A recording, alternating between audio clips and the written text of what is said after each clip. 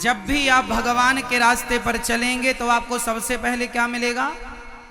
जोर से। हनुमान जी को भी सुरसा मिली, लोभ मिला। हनुमान जी को वो रोकना चाहती है, पर हनुमान जी क्या रुके? आपकी गलती ये है कि आप जरा सा सोना चांदी हीरे मोती के लोभ में उलझ गए। हनुमान जी तो आगे बढ़ गए, पर हम लोग आगे नहीं बढ़ पाए, उलझे पड़े हैं वहीं। ये सब भगवान के रास्ते में क्या है? सुरसा कौन थी? सीता जी के हनुमान जी के रास्ते में बाधा।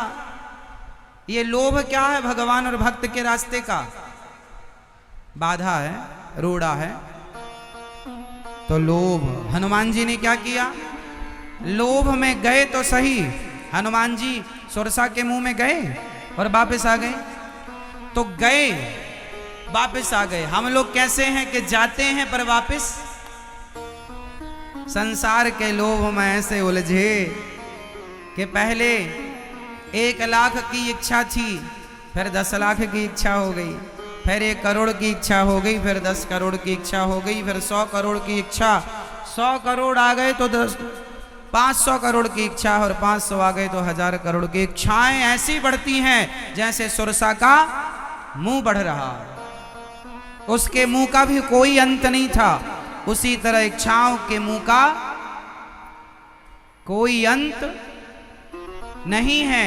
हनुमान जी तो निकल कर वापस आ गए, हम लोग उलझ गए। इसलिए हम लोग भगवान की उस भक्ति तक नहीं पहुंच पाए जहां पहुंचने के लिए निकले थे।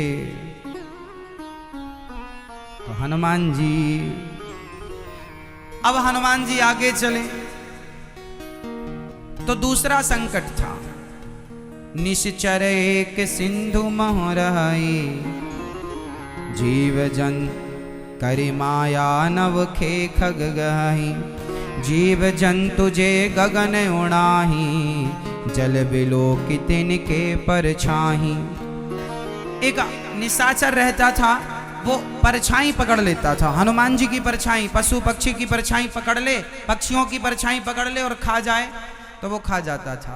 हनुमान जी के रास्ते में पहले सुरसा मिली, मतलब लोभ। अब कौन मिला? एक निशाचर जो पकड़ लेता था परछाई और खा जाता था। ये दूसरी बाधा है, दूसरा संकट है भक्ति के रास्ते पर। यह दूसरा रोड़ा है। क्या है ये? कौन है ये? कौन है ये निश्चर? इसे सुरसा को क्या नाम दिया गया? लोभ का। इसका नाम मोह।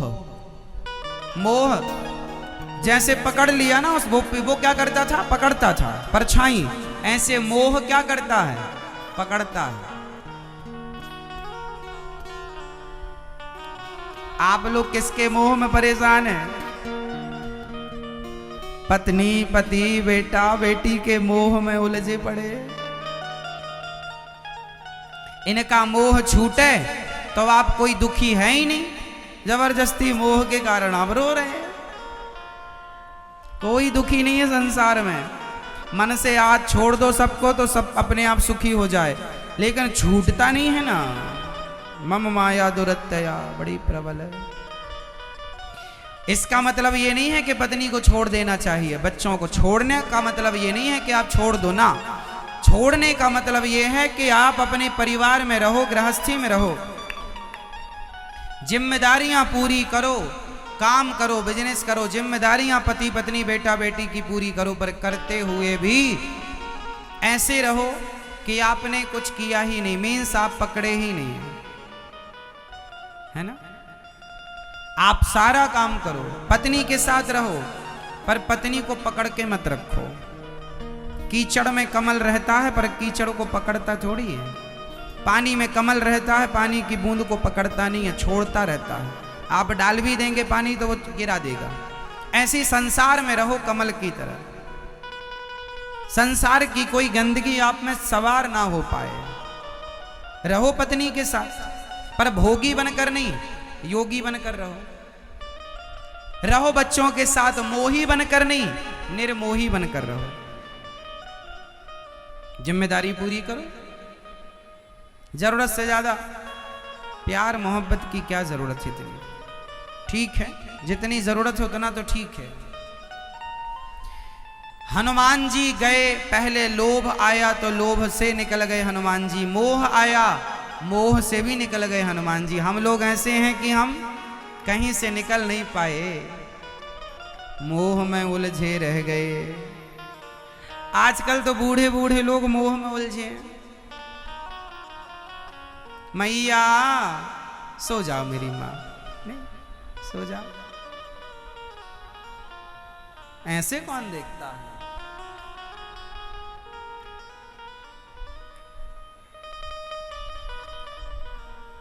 ये बताओ, आप मोह में उलझी हो?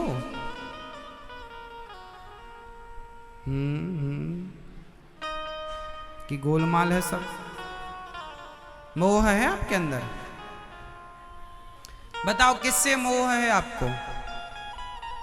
आपसे पूछ रहे हैं मैया, नहीं है मोह, किसी से तो होगा। स्त्रियों को ज्यादा मोह किससे होता है? बेटियों से।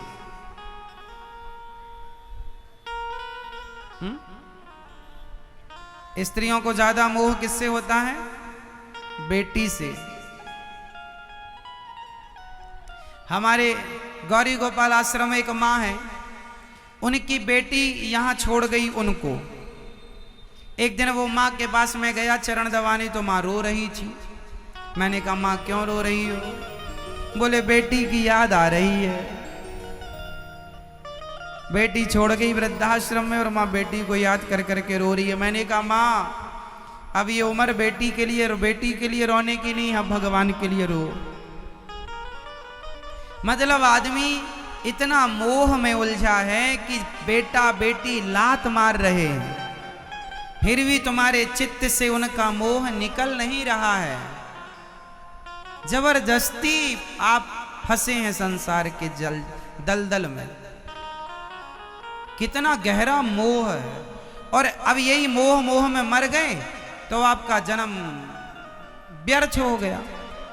इसलिए कहता हूं मरते समय चित्त में बेटा नहीं बेटी नहीं सब डिलीट करो, केवल गोविंद गोविंद सहारा तेरा,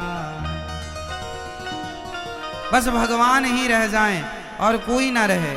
चित्त में गोविंद के अतिरिक्त सबको निकाल फेंको, भगवान को बसाओ अपने हृदय में। ये मोह आपकी दुर्गति कराएगा। इसलिए मेरी माँ, बेटा बेटी, पोता पोती, मैया, सबसे मन हटाओ। अब तुम अपना, अब देखो माँ मर जाए या जिंदा रहे, इससे भी बेटी को कोई मतलब नहीं है। बेटी तो छोड़ ही दी ना अपनी माँ को, अब मरे या जिए, लेकिन फिर भी देखो मोह है। इस मोह से मैया को क्या फायदा बताओ?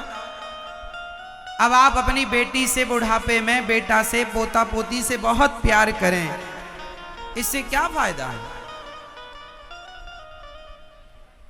आदमी को मोह कितना है। अभी एक सज्जन के पिताजी बीमार पड़ गए, तो वो अपने पिताजी को देखने गए। तो जब वो आए तो मैंने पूछा तुम कहाँ गए थे? बोले हम पिताजी को देखने गए थे। क्यों? बोले हमारे पिताजी बीमार हो गए तो उन्होंने जल्दी से सबको बुलाया। बोले बेटा हम मर रहे हैं, आ जाओ हम सबको देख लें। जब आदमी बुढ़ापे में मरने लगता है ना, वो सबको बुलाता है, बेटी आओ, पोता पोती आओ, अब मर रहे हैं, अब सबको देख लें। और टुकुर टुकुर जी भर के सारी जिंदगी इन्हीं को देखा है बुढ़ऊ, और इन्हीं को देख देख के मरना चाहता है। देखो कितनी बड़ी विडंबना है। अब ये मर रहे हैं लेकिन इन्हें अभी तक राम याद नहीं आए, अभी तक कृष्ण कृष्ण याद नहीं आ रहे इनको, अभी भी बेटा बेटी को देखना चाहते हैं। सारी जिंदगी इन्हीं को देखा है ना मेरी माँ? क्यों ऐसा क्यों होता है जानते हैं? मोह बड़ा तगड़ा है। ये मोह की जो जंजीर है ना इतनी, इसलिए हम कह रहे हैं अभी से तोड़ना शुरू करो। ज्ञान के हथौड़े और छैनी उठाओ, और जितने मोह की तुम्हारी बेड़ियां तुमने कस रखी हैं, बांध रखी, सब तोड़ दो जंजीरें। मोह इतना भी तो ना हो साहब। आदमी मरता है तो मरा नहीं हो, पहले परिवार को बुलाता है, आओ भैया देख लें।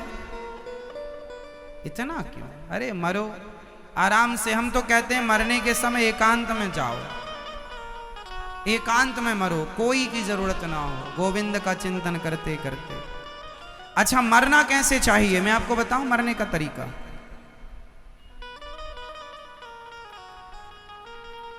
आजकल देखो लोगों को मरना भी नहीं आता।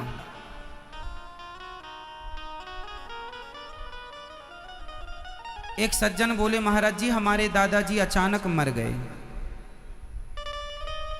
आजकल समाज ने एक मेंटलिटी बना रखी है कि पहले आदमी बीमार होए फिर वो मरे तो माना जाता है कि ठीक, अचानक कोई मर जाए तो लोग कह रहे हैं बड़ा गलत। नहीं, हमारे यहां मरने के लिए अनशन होता है। क्या होता है? अनशन जानते हैं क्या होता है? जैसे हमारे देश के जो साधु संत ऋषि मुनि थे वो मरते कैसे थे? वो मरने के पहले सबको बता देते थे कि अब हम जा रहे हैं, सबसे खूब मिल लो और मिल के सबसे मन हटाओ और एकांत में एक जंगल में नदी के तट पर एकांत में बैठ जाओ। बैठ, ये नहीं कि पहले बीमार हो खटिया पे मलमूत्र छोड़ो, पानी मांगो भैया दे दो पानी, ऐसे नहीं मरना। अच्छे से मरो, एक बार तो मरना है, अच्छे से मरो। भाई रोज रोज थोड़ी मौका मिलता मरने का।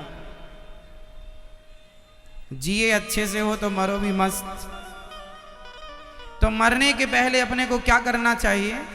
एकांत में बैठना चाहिए और धीरे धीरे भोजन पानी, धीरे धीरे इन सब चीजों का परित्याग करना चाहिए। ये आखिरी है अनशन। धीरे धीरे इन सब से मन हटाओ, भोजन पानी से भी उठ जाओ और पूर्ण रूप से संसार को बिल्कुल किनारे करके बस श्री कृष्ण, मुंह से क्या निकलता रहे? ध्यान कृष्ण का, वाणी कृष्ण नाम जपे और कानों में लोगों को, घर रिश्तेदारों को बिल्कुल पहली चेतावनी दे दो, सुनो जब तक हम पूरे मर ना जाए रोना बिल्कुल मत। ये पहले ही कहें चालू हो जाते हैं, अभी मरा नहीं आदमी और पहले ही से यहाँ चालू हो गया। इन सबसे बोल देना तुम अपना चैपो चैपो बाद में करना, पहले मरने दो आराम से। एकांत में भोजन पानी का त्याग करके पूर्ण रूप से मन को भगवान के चरणों में समर्पित करके और भाव दिन रात बस यही भाव हो, हे श्रीमन्नारायण हमें स्वीकार कीजिए, हे श्री कृष्ण, हे श्री कृष्ण, श्रीमन्नारायण श्रीमन्नारायण। पूर्ण रूप से समर्पण भाव ये बनाओ कि प्रभु आपको लेने आए हैं और इसी अनशन के साथ आपका प्राण विसर्जन होना चाहिए। इसी को कहते हैं परमात्मा में पूर्ण रूप से समर्पित हो जाना। प्रभु